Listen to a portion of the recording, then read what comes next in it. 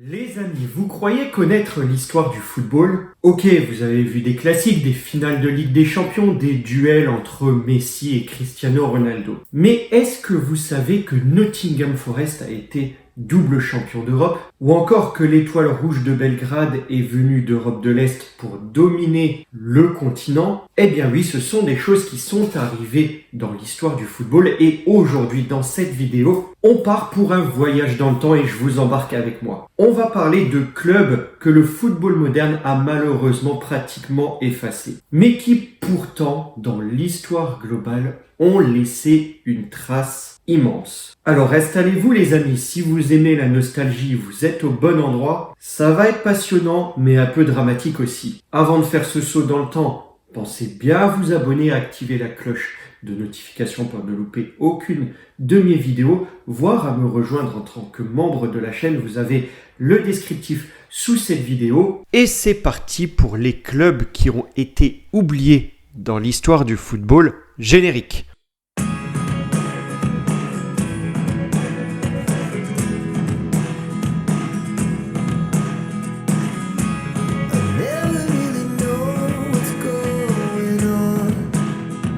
Bonjour les amis et bienvenue dans cette nouvelle vidéo où nous allons faire un retour en images sur certains grands clubs d'Europe qui ont marqué le football mais qui aujourd'hui ont pratiquement disparu de la scène continentale. C'est parti. Nous allons à la fin des années 70. Nottingham Forest vient de monter en première division anglaise. Il n'y a pas encore la première ligue, c'est bien une première division. C'est un petit club sans palmarès majeur. Et pourtant, en 2 saisons, c'est un véritable conte de fées. Plus récemment, vous avez pu voir Leicester un peu incarner ce mythe, mais Nottingham Forest, dans les années 70, a fait encore mieux. Champion d'Angleterre dès sa première année en Division 1, puis vainqueur de la Coupe d'Europe des clubs champions en 1979, c'était comme ça que s'appelait la Ligue des Champions à l'époque, et ils réussissent l'année suivante en 1980 à faire le doublé, à gagner 2 années de suite la Coupe d'Europe des clubs champions, alors que 2 ans avant, ils évoluaient en seconde division anglaise. Et oui les amis, Nottingham Forest a plus de Ligue des Champions que Manchester City ou Arsenal en Angleterre. Et bien derrière cet exploit, il y avait un homme,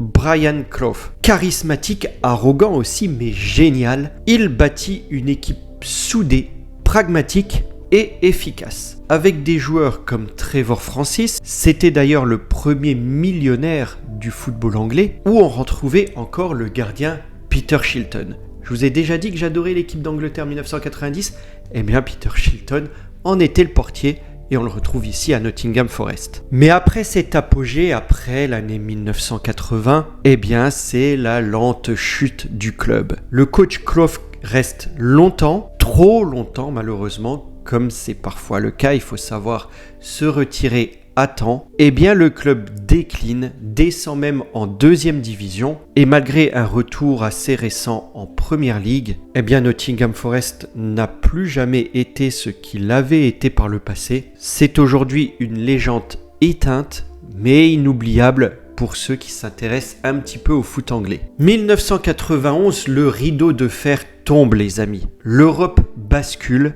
et un club yougoslave crée la sensation. L'Étoile Rouge de Belgrade. Avec une génération dorée, vous les avez peut-être oubliés aujourd'hui, mais si je vous dis Savicevic, Mihailovic, Prosinecki, et oui, tous ces joueurs qui ont joué pour des grands clubs ensuite, ont joué à ce moment-là à l'Étoile Rouge de Belgrade. Eh bien, le club atteint la finale de la Coupe d'Europe des clubs champions et on s'en souvient très bien en France. Pourquoi ? Eh bien parce qu'ils battent l'OM, l'Olympique de Marseille de Papin à l'époque au tir au but. Papin qui aura malheureusement fait un mauvais choix de carrière en partant avant que l'OM gagne sa Ligue des Champions. Pour Belgrade, eh bien le jeu est technique, le jeu est offensif, le jeu est séduisant. Et c'est pas un coup du sort, En demi-finale, ils éliminent le Bayern de Munich. Le coach Petrovic a monté un bloc compact, tactique, prêt pour les grands et d'ailleurs vous voyez cette graine de champion parmi les joueurs que j'ai évoqués tout à l'heure. La Serbie entière célèbre ce triomphe européen. Mais malheureusement pour eux, la guerre des Balkans éclate. Le pays se déchire, les joueurs fuient et beaucoup deviendront des stars ailleurs. Qui sait ce qui se serait passé s'ils n'avaient pas fui le pays? L'Étoile Rouge, en plus isolé par des sanctions internationales, eh bien là aussi sombre lentement. Aujourd'hui, le club domine encore la scène serbe, mais faut le dire, reste un fantôme en Europe. Le Dynamo de Kiev, eh bien c'est bien plus qu'un club. C'est l'orgueil de l'URSS à l'époque. Il a été fondé en 1927 et il devient dans les années 70-80 l'un des clubs les plus redoutés en Europe. Grâce à un homme que vous connaissez peut-être, c'est la figure emblématique du Dynamo Kiev, Valeri Lobanovski. Lobanovski, c'est pas juste un entraîneur, c'est un véritable scientifique. Il applique la statistique, la rigueur, l'analyse des performances avant tout le monde et avant que des modèles économiques informatiques s'en emparent. Son équipe joue en bloc, avec une discipline de fer et un mouvement entre les lignes impressionnant. Et là aussi, il y a des stars à l'époque. Il y a Oleg Blokin, Belanov qui devient ensuite Ballon d'Or. Et le Dynamo écrase l'Atlético de Madrid en finale de la Coupe des Coupes 1986, l'ancienne C2 qui a disparu aujourd'hui, et le club tient tête au plus grand. Mais là aussi, un contexte géopolitique bouleverse tout, c'est l'effondrement du bloc soviétique. L'argent fuit, les joueurs partent. Alors certes, le club reste puissant localement, mais perd toute son influence européenne. Et aujourd'hui, on le voit dans son pays, l'Ukraine qui est marquée d'ailleurs par la guerre, le club se bat avec le Shakhtar Donetsk pour rester la référence ukrainienne. Allez, en dernier, on va parler du Torino. Et oui, avant la domination en Italie, en tout cas pour Turin, de la Juventus, l'Italie vibrait pour cet autre club de Turin qu'était le Torino. Dans les années 40, alors c'est pas tout jeune, mais il faut remonter à cette époque, le Torino, c'était une véritable machine. La Grande Torino, comme on l'appelait, remporte 5 Scudetti d'affilée, avec une équipe presque intégralement sélectionnée en équipe nationale.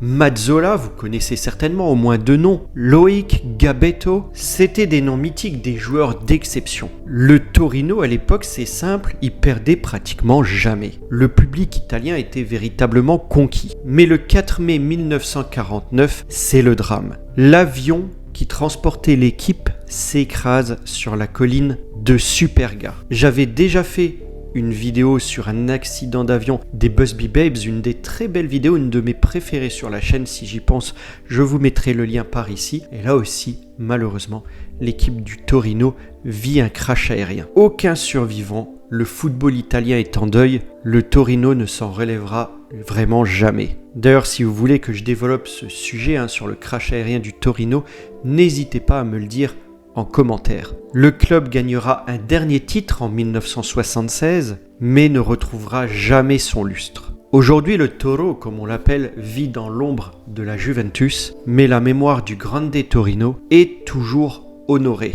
C'était une tragédie fondatrice finalement du football moderne. Voilà les amis pour ces 4 premiers clubs, Nottingham Forest, Dynamo de Kiev, Étoile Rouge de Belgrade, Grande Torino. Chacun d'eux a été à un moment au sommet du football européen et même mondial, et pourtant ils ont aujourd'hui presque disparu des radars. Quels enseignements on peut en tirer? Ce sont des rappels précieux. La gloire, les amis, est éphémère. Le football, comme toute chose, va vite. Mais leur histoire, leurs titres, leurs drames font partie de l'ADN du jeu. Ne les oublions pas. Si vous voulez que je fasse un volume 2 sur ces clubs oubliés de l'histoire européenne, n'hésitez pas à m'en faire part dans les commentaires. Quel autre club mériterait sa place ici, les amis? Quel autre club oublié? Dites-le moi également en commentaire. Et comme je l'ai dit en introduction, abonnez-vous pour ne louper aucune de mes vidéos. Quant à moi, ce sera tout pour celle-ci. Likez, partagez, commentez, mais surtout appréciez. Je vous dis à très vite pour une prochaine vidéo. Portez-vous bien les amis. Au revoir.